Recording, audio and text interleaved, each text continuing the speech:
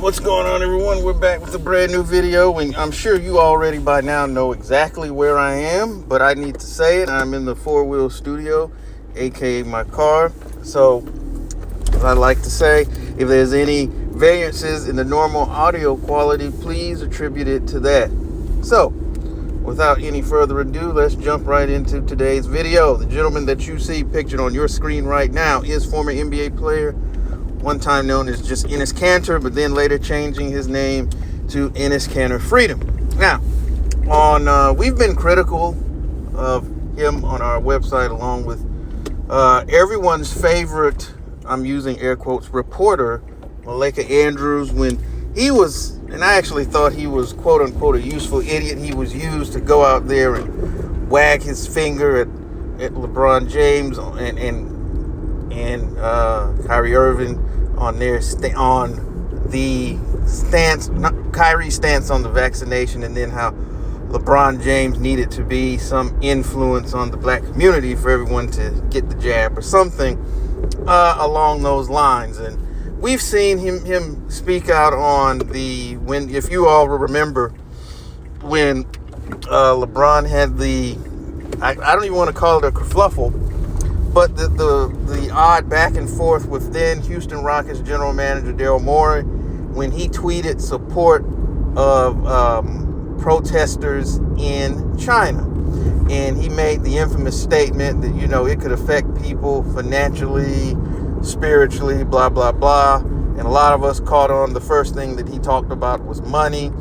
And if you will also recall, this is when he took to the time to criticizing Nike and then writing these messages, a lot of directed subtly and not so subtly at LeBron and Nike on his sneakers and things of that nature. And apparently he is wanted in his home country of Turkey, somewhere he cannot return to, because if you will recall, there was a road trip and he couldn't actually go to Canada for his own safety, apparently. So there's someone who has been, for whatever reason, I won't say whatever reason, but steeped in controversy before. So when I woke up this morning, you check your phone to see, and if you're in my line of work, for news and things of that nature, if there's anything that you need to get on, report, look into, further research, whatever the case may be. And so when I log on to Instagram, the first thing I see is this video. It's an interview, if you want to call it. I'm not sure exactly what outlet it was from, but it's Enes Kanter Freedom. And he's talking about one of his favorite subjects, none other than LeBron James. And so he says several things about LeBron, but I'm not going to get into I'm going to let you hear from the man himself, and then I'm going to come back on the other side with my thoughts and my reactions to what Enes Kanter Freedom had to say. So the next words you will hear, the next voice will be that of Enes Kanter Freedom. Let me tell you something, man. LeBron is literally the dictator of the NBA. Everybody knows that Ronnie James, he might be a good dude, but not good enough to play in NBA. The reason that he got drafted is because of LeBron. The reason JJ Redick is the coach is because of LeBron. No other player wants to go and play with LeBron. You had so many free agents. Klay Thompson, you got DeRozan, you got Valanciunas, and then you got many other really good players, and no one wanted to go and play with LeBron because they know that it's all about LeBron. He is not a good teammate. Obviously, he runs the media pretty much, and he tries to control his narrative. Nobody wants to play with him. So there you have the comments of one Enes Kanter Freedom, and I gotta be honest, man, this is someone who has said a great deal of things that I agree with, but when it comes to this, man, a lot of the stuff he said, quiet as it's kept amongst many stalwarts in the mainstream media, is really spot on. You hear this, those of us in the independent space, we've been saying this for a very long time, and you have a lot of these people in the mainstream media, they tap dance around it, or they outright pretend like it doesn't exist. Because as we have come to find out, people such as your Nick Wrights, your Chris Broussards, your Shannon Sharps, and all these people, they have direct affiliations with Clutch Sports, aka the media, or as I like to call it, the media arm of Clutch Sports. And so they are financially incentivized to continue to propagate whatever pro-LeBron narrative needs to be pushed at any given time. So, he talked about the whole Bronny James situation. And like I said, I have been very measured in terms of offering any criticism. But at some point, when we look at how he's playing, and I know Summer League is not necessarily the be-all, end-all to an NBA career, but when you watch, there's a lot of, as I know this is a new term, red flags, things that are disturbing to his long-term or even current viability as an NBA player. And the perception is that the only reason he's even in the NBA right now and was drafted is because of who his father is. As you recall, there was a huge situation, in terms of people, the word nepotism was thrown around more times in a week than you heard in the past decade. So obviously that was a thing that was talked about quite a lot. And right now, like I said, it's very questionable in terms of his play on the basketball court. It hasn't been that good, and you can see ESPN and just things that they talk about. Like the other day, and I don't want to spend too long, they were talking about he dropped 4 points in his NBA debut. Now, I've been watching basketball, like I said, since the late 1980s, and I've never heard of anyone dropping 4 points. When someone scored 4 points, it was a struggle. They played like crap. Maybe they got hurt earlier, whatever the case may be, but nobody has ever dropped 4 points. And he shot the ball atrociously, but if you watched him, being a shooter, a knockdown shooter was never a strong suit of his game. So that part is surprising. I think it was what the surprising part about it was how poorly he's actually shot the basketball. And then you look at the coaching situation again. LeBron can't get it out. Starts what I call a propaganda cast with JJ Redick, aka, and I'm going to be honest, I called it the world's longest running demo tape because that's all it was. It wasn't about educating the fans on the game of basketball. It was a demo tape to show to teams, primarily the Los Angeles Lakers, that JJ Redick could be a capable NBA coach. And then what happens? Lo and behold, the Lakers just happen to now have an NBA a hole to fill at head coach. And guess who happens to fill it? None other than LeBron James' former podcast partner, JJ Redick. Who would have seen that coming? But we know it's not the first time, I hope it's the last, of him exerting his considerable stroke, if you will, as they used to say back in wrestling, to get a coach in and get the coach that he wants back into the mix. So, this came as a surprise to no one. We've seen it before.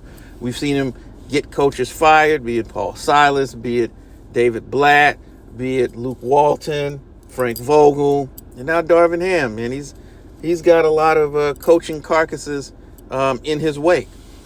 And I kind of touched on this earlier. The media arm of Clutch Sports, aka the media, they are one of the driving forces in not only this whole LeBron James is the greatest player of all time, but also in any other narrative that they need, be it, trades or, what the team needs to do. That he uses his media machine that he has built as a tool to exert pressure, be it on a team, teammates,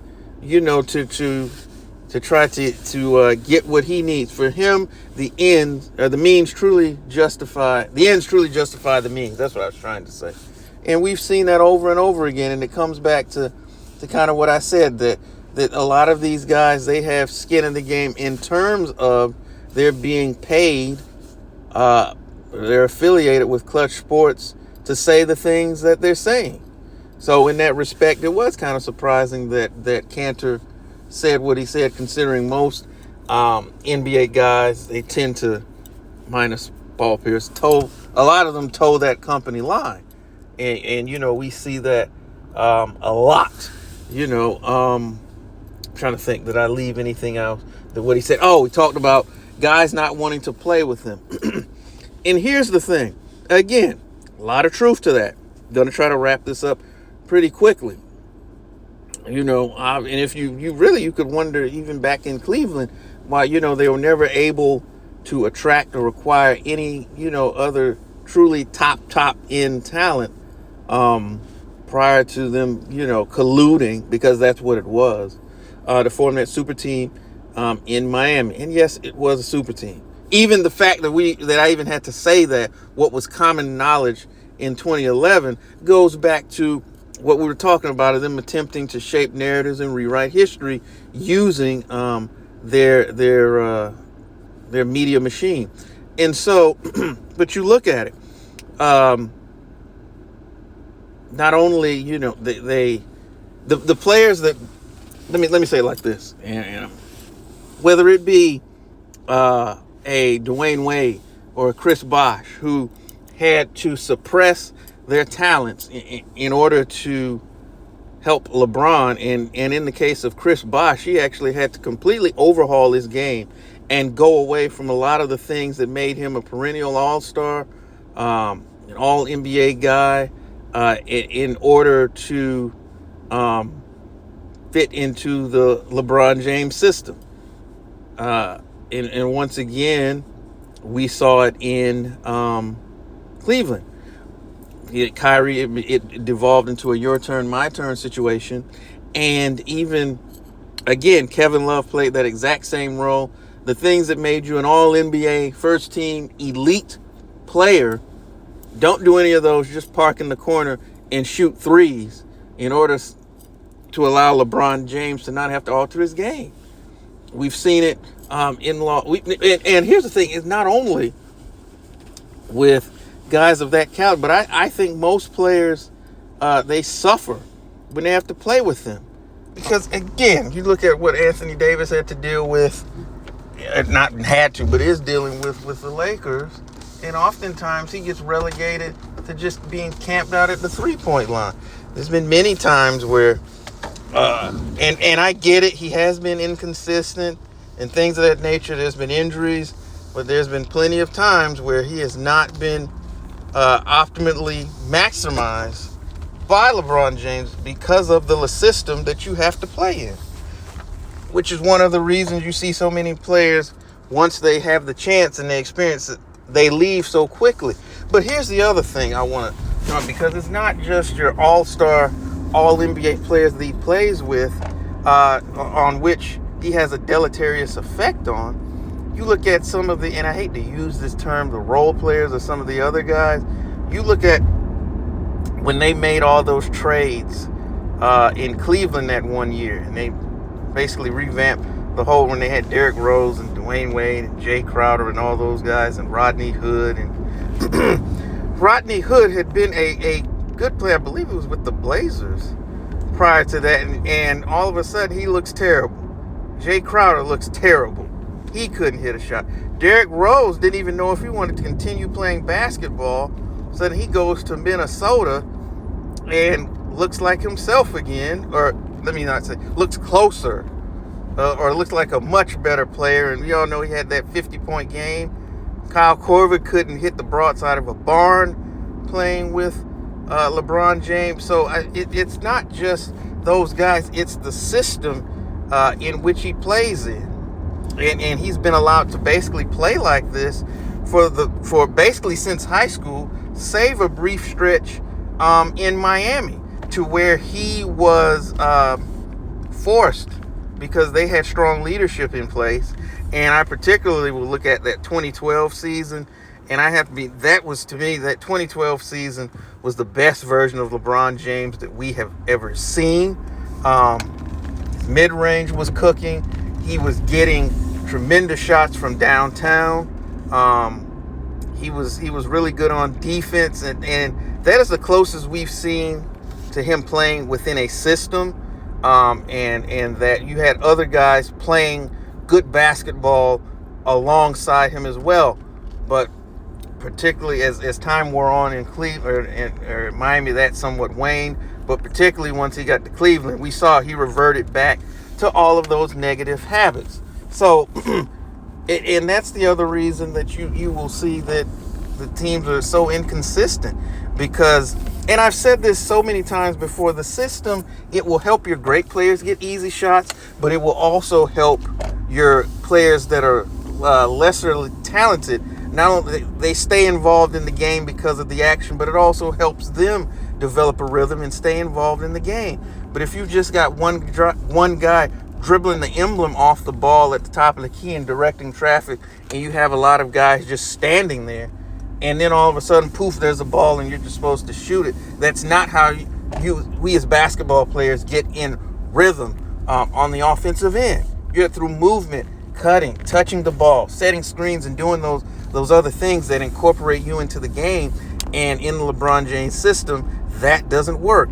And so that is the reason we not only see these players look worse, but then when he's off the floor, because there's no semblance of a system, it all goes to crap. And so he's right about that. And that's why you saw that this year, and he touched on so many free agents, top tier free agents that have the chance to play with LeBron James. When it presents itself, they don't do it. Whether it be a Kawhi Leonard, Paul George twice. Not going to say DeRozan, because that deal was on the way until they pivoted to the Russell Westbrook trade. Saw it with Klay Thompson and so many others. The list goes on and on. You know, these guys understand. They're not stupid. They know what it is. At least in the days of the Eastern Conference, you could somewhat justify it by saying, hey, at least I'm going to have a chance to play in an Eastern Conference Finals or potentially go to the finals. But in the West, that certainly hasn't been the case, and the juice is just not worth the squeeze. So guys aren't lining up to play with LeBron James, particularly at this point in his career. So he's absolutely spot on. So with that being said, I'm going to end this video because it went on a little longer than I anticipated. But with that being said, what do you think of the comments of Enes Kanter Freedom? Do you think that there's some merit there? Do you think that it is a situation to where he's way off his rocker? Let us know. Let's have a conversation about it in the comments section. And as always, thank you for spending a few moments with me. Though in this video, you spent a few more moments with me than I anticipated, I should say. And as always, tell the ones that you love them. Peace.